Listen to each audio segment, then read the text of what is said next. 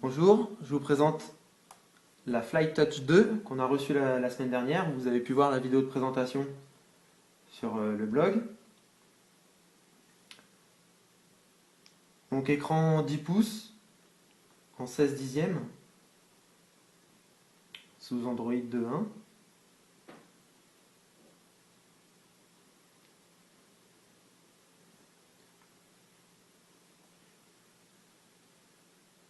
On peut voir les différents connecteurs, donc l'alimentation, un port réseau, lecteur de carte, USB.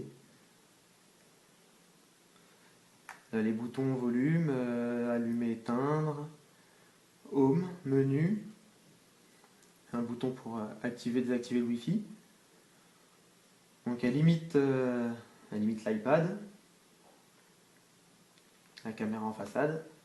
Donc on arrive sous la couche Android. Donc avec un bureau, tout ce qu'il y a de plus classique. Alors au niveau réactivité, c'est raisonnable par rapport au prix de la tablette. Maintenant, c'est sûr que c'est pas aussi réactif que sur d'autres modèles. Donc là, il y a un cube 3D. Bon, on sent que c'est pas très réactif. Bon, après, c'est largement utilisable. L'autre chose, c'est au niveau de la batterie, qui est pas aussi grosse capacité que sur l'iPad. Et du coup, faut pas oublier de l'éteindre et de la laisser en veille parce que ça se décharge assez rapidement.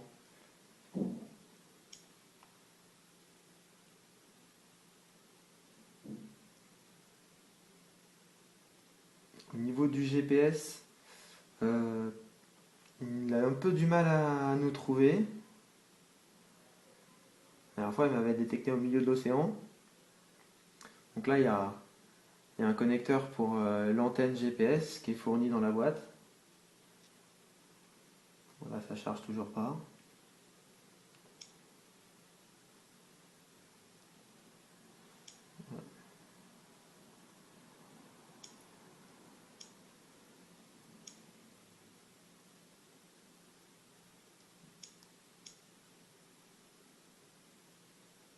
Elle n'est pas multitouch.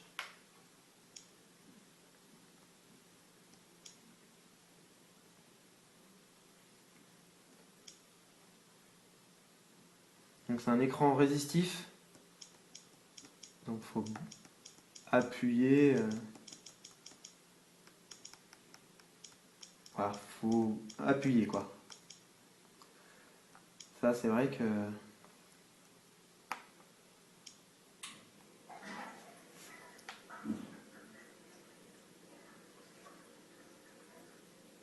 ça va venir. Voilà, ça arrive. C'est sûr qu'on peut pas s'attendre non plus à des miracles.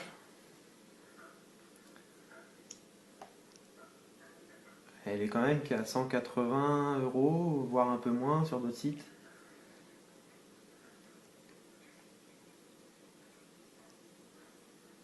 Voilà, bon, disons que pour surfer sur internet, c'est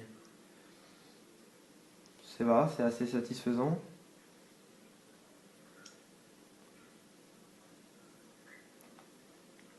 Écran 16 dixièmes, c'est un peu particulier.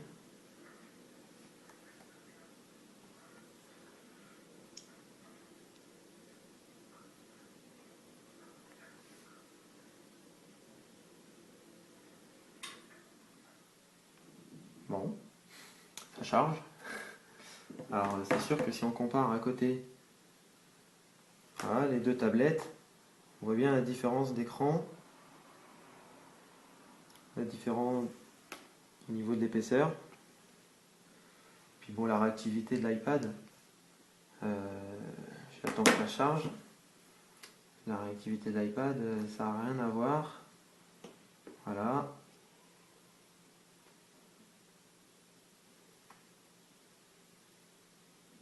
Hop, le Wi-Fi. suffit.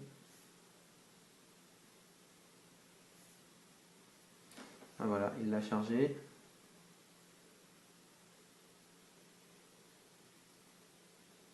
Pas complètement sur la tablette FlyTouch 2.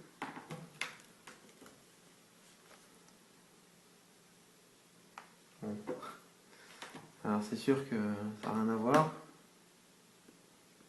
Voilà. Hein. Niveau réactivité.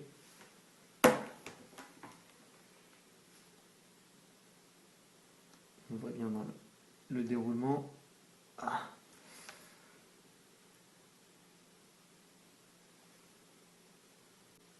Oui.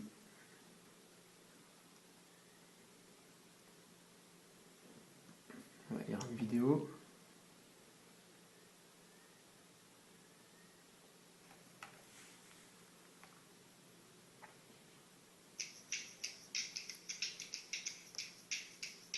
Voilà. Donc la qualité de l'écran est pas mauvaise. Pour regarder une vidéo, ça se fait très bien.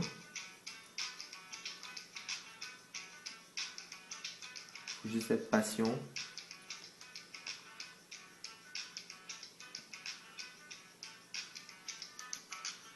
Au niveau du son, le volume, bah, je crois que j'étais à fond. Donc l'enceinte n'est pas très forte. L'avantage de cette tablette, c'est vraiment son prix, ses connecteurs. Pour surfer dans le canapé, regarder ses mails, vraiment, ça suffit. Jouer à des petits jeux. Pour le prix, c'est pas si mauvais que ça. Maintenant, bon, je sais pas si c'est Android qui est pas adapté aux tablettes ou pas, mais c'est vrai que c'est pas très réactif dans les menus, dans la rapidité d'affichage. Voilà. Vous aurez plus de détails sur les caractéristiques une fois qu'on aura publié l'article d'ici la semaine.